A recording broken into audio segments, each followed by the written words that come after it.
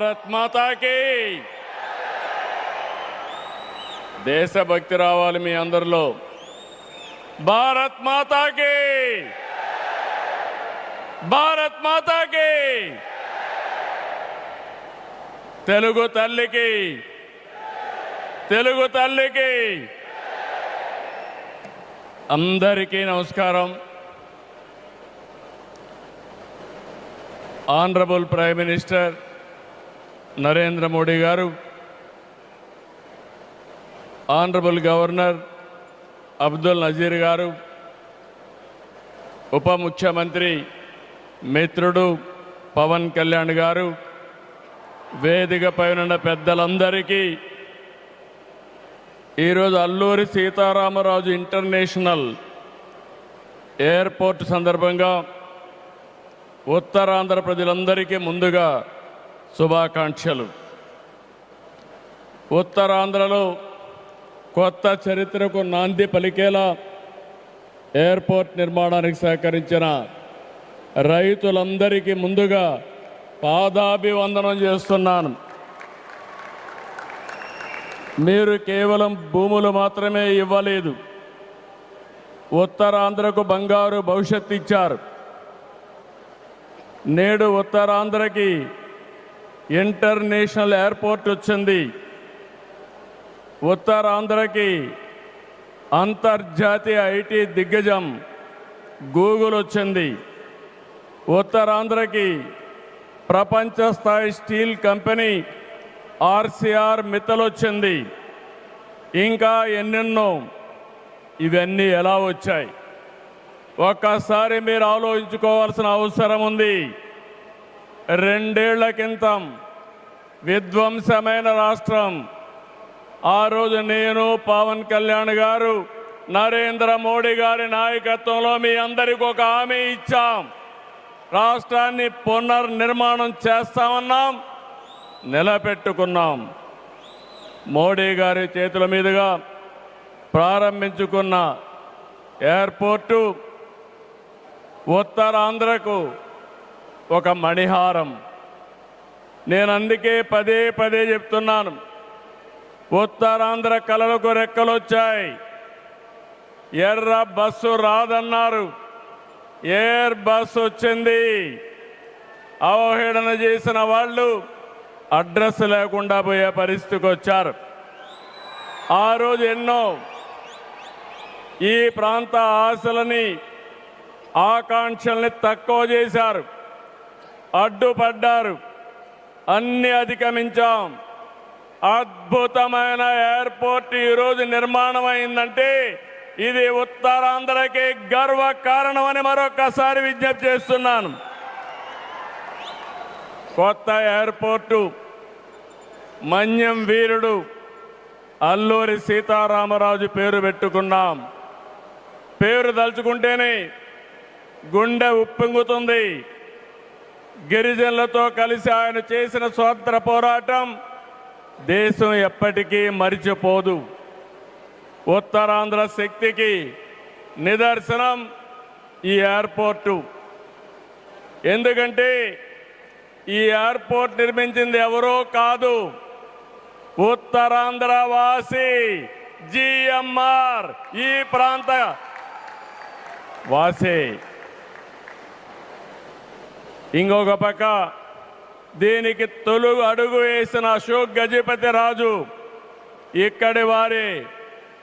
Aviation మంత్రిగా నిర్మాణం పూర్తి చేసే బాధ్యత తీసుకున్న రామ్మోహన్ నాయుడుది కూడా ఉత్తరాంధ్రనే. ఇది ఉత్తరాంధ్ర సత్తా అని మరొక్కసారి మీ అందరికీ విజ్ఞప్తి చేస్తున్నాను. ఈరోజు ఉత్తరాంధ్ర దశ దిశ మార్చి కీలక ప్రాజెక్టు ప్రారంభానికి వచ్చిన మోడీ గారికి మనస్ఫూర్తిగా ధన్యవాదాలు. ఈరోజు మనందరం గుర్తుపెట్టుకోవాలి, వెంటిలేటర్ పైన ఆంధ్రప్రదేశ్కి ఆక్సిజన్ ఇచ్చి ఈరోజు నిలబెట్టిన వ్యక్తి నరేంద్ర మోడీ గారు. నేను మిమ్మల్ని అడుగుతున్నా, ఆంధ్రుల సెంటిమెంట్ విశాఖ ఉక్కు నిలబెట్టింది ఎవరని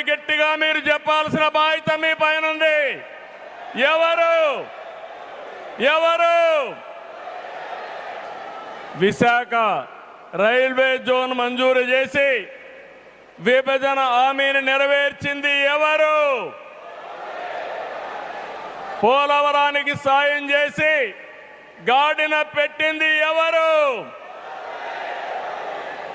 రాజధానికి నిధులిచ్చి పనులు పునఃప్రారంభించిన వ్యక్తి ఎవరు? 2027 భోగాపురంలో చెప్తున్నాను, పోలవరాన్ని పూర్తి చేసి మన ప్రధాని చేతుల మీద జాతికి అంకితం చేస్తామని హామీ ఇస్తున్నాం. 2028 అమరావతి మొదటి దశ పనులన్నీ పూర్తి చేసి మన ప్రధానమంత్రి నరేంద్ర మోడీ గారి చేతుల మీదుగా ప్రారంభిస్తామని మీ అందరికీ హామీ ఇస్తున్నాను. దీనికి మనందరం థ్యాంక్స్ చెప్పాలనా లేదా అని అడుగుతున్నా. చెప్పాలనా లేదా అని అడుగుతున్నా. థ్యాంక్ యూ, థ్యాంక్ యూ, ధన్యవాదాలు, ధన్యవాదాలు. ఏఎస్ఆర్ ఎయిర్పోర్టు 2703 ఎకరాలు, 5641 కోట్ల రూపాయలు అద్భుతంగా వచ్చింది. ఎయిర్పోర్టుని ఫ్లయింగ్ ఫిష్ ఆకారం నిర్మించారు. మన తీర ప్రాంతాన్ని ఇది గుర్తు చేస్తుంది. అటు సముద్రం, ఇటు పచ్చని కొండల మధ్య విమాన ప్రయాణమే కొత్త అనుభూతిని తీసుకొస్తుంది. నేను చాలా విమానాశ్రయాలు చూశాను, కానీ భోగాపురం ఒక ప్రత్యేకమైన ఎయిర్పోర్ట్ అని మరొకసారి మీకు విజ్ఞప్తి చేస్తున్నా. ఎయిర్పోర్ట్లో అడుగడుగున తెలుగు కళలు, సంస్కృతి కనిపిస్తున్నాయి. తెలుగు ముగ్గులు, ఏటి కొప్పాక బొమ్మలు, కూచిపూడి నృత్యం, తోలు బొమ్మలాట, బొబ్బలి వీణ, నాదస్వరం, లేపాక్ష నంది వంటివి ప్రతిబింబించేలాగా తీర్చిదిద్దారు. విశాఖ నుంచి భోగాపురాన్ని నిర్మించే బీచ్ కారిడారు ప్రకృతి అందాలతో మరింత ఆకర్షణ తెస్తుంది.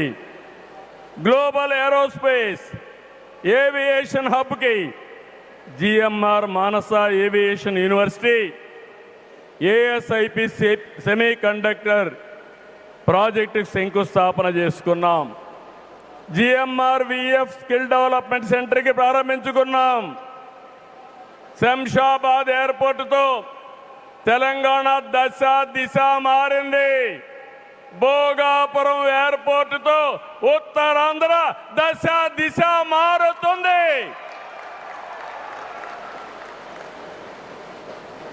2015లో ఆనాడు ప్రధానమంత్రిగా ఉన్న నరేంద్ర మోడీ గారి నాయకత్వంలో ప్రకటన చేశాం. 19లో అనుమతులు తెచ్చి శంకుస్థాపన చేశాం. భోగాపురానికి నాడు కొబ్బరికాయ కొట్టింది మనమే, నేడు గుమ్మడికాయ కట్టింది మనమే. గుర్తుపెట్టుకోమని కోరుతున్నాను. ఈ 2 ఏళ్లలో ప్రధానమంత్రి గారి సహకారంతో ఉత్తరాంధ్రలో 189 ప్రాజెక్టులకు సంబంధించి 6,13,00,000 పెట్టుబడులు. ఇవి పూర్తయితే 5,57,000 మందికి ఉద్యోగాలు వస్తాయని మీ అందరికీ విజ్ఞప్తి చేస్తున్నా. ఉత్తరాంధ్రలో వచ్చే 3 ఏళ్లలో 2,784 కోట్లతో 8 ప్రధాన సాగునీటి ప్రాజెక్టులు పూర్తి చేస్తాం. ఇది కాకుండా 65 సంవత్సరాలుగా పెండింగ్ ఉన్న నేరేడు బ్యారేజీని కేంద్రం క్లియర్ చేశారు. దశాబ్దాల కలని నిజం చేస్తాం. ఈ నెల 14వ తేదీన గోదావరి నీటిని ఉత్తరాంధ్రకి ముఖ్యంగా అనకాపల్లికి తీసుకొచ్చే బాధ్యత ఎన్డీఏ ప్రభుత్వం తీసుకుంటాం. గోదావరి పోల వంశధారిని అనుసంధానం చేసే బాధ్యత తీసుకుంటాం. ఉత్తరాంధ్రలో టూరిజం, ఫార్మా, నేషనల్ హైవేలు, పోర్ట్లు, ఎయిర్పోర్ట్లు, railway connectivity, rare earth minerals, ప్రసిద్ధ పుణ్యక్షేత్రాలు, అరకు, పాడేరు, సుందర ప్రాంతాలు లేనిదంటూ లేదు. వీటితో ఉత్తరాంధ్ర నుంచి వలసలు పోరు. వేరే ప్రాంతాల్లో శ్రీకాకుళం కాలనీలు ఉండవు. వేరే ప్రాంతం నుంచి ఉత్తరాంధ్రకు వలసలు వచ్చే రోజు తొందరలోనే ఉందని మరొకసారి విజ్ఞప్తి చేస్తున్నాను. మిమ్మల్ని కోరేది ఒకటి, ప్రతి వ్యక్తికి అవసరమైన అవకాశాలు కల్పిస్తున్నాం. వాటిని అందిపుచ్చుకోండి. మీ జీవితాలకి మార్చుకుంటూనే సమాజం కోసం, ఈ ప్రాంతం కోసం పనిచేయాల్సిందిగా మిమ్మల్ని అందరినీ కోరుతున్నా. ఈ సందర్భంలో నేను ఒక్క విషయం మీ అందరికి గుర్తు చేయాలి. ఇప్పుడే పవన్ కళ్యాణ్ గారు కూడా ఆవేదన గుర్తు చేశారు. We are in inspiring time. PM Saab, Modi Saab, I am telling you with my heart. We are in inspiring time. The world has moved from IT to AI. The right knowledge is available. The right technology is maturing. But we need leaders to deliver. Democratic countries everywhere are facing crisis, searching for new leaders. We are fortunate, India is fortunate. There is a tested leadership. 25 years, Narendra Modi ji as Chief Minister and Prime Minister of India has done extraordinary work. నేను చెప్పింది వాస్తవం అయితే మోడీ గట్టిగా చెప్పాలి. Modi, Modiji.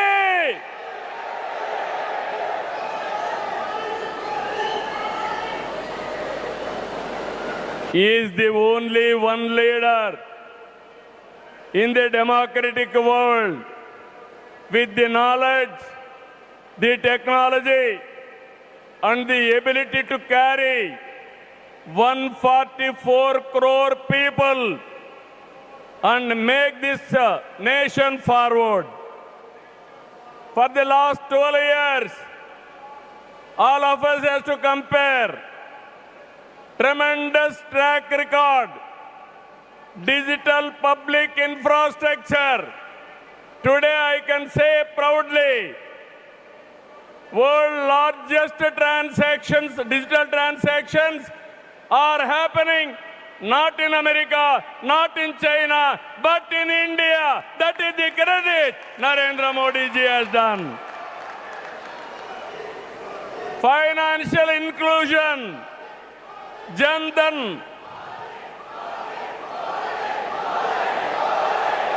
Yes, Modi. Louder. Second, financial inclusion.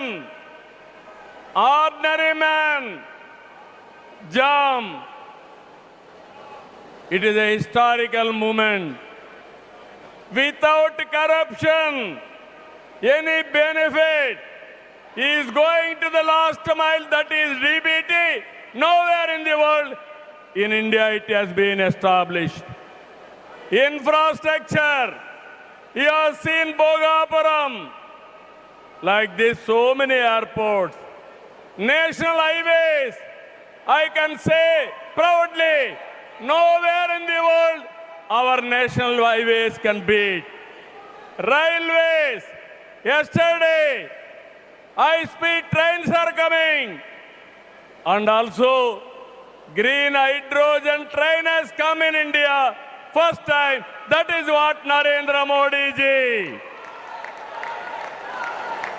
Ports, metros, green energy. Nobody dreamt 500 gigawatts of green energy. Surya Ghar. And also, he promoted green energy like anything. GST is a breakthrough reform. Welfare, every poor person house, Ayushman Bharat, LPG, JJM, through JJM, every home he wanted to give tap water. GDP, wealth creation, from 11th place, he brought it to 4th place. That is the pride. National defense and also security.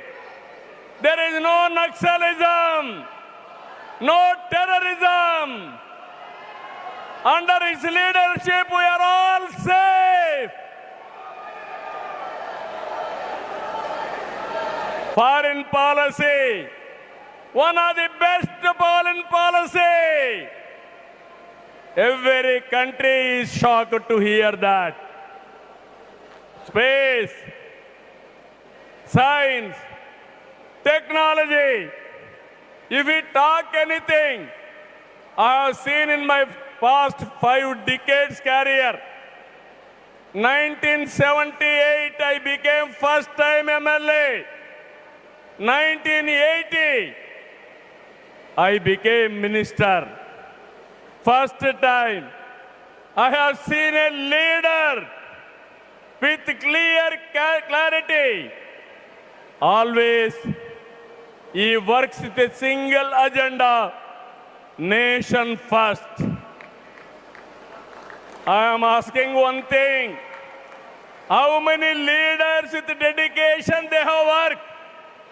In my experience, only one leader, that is Narendra Modi, has done extremely good work.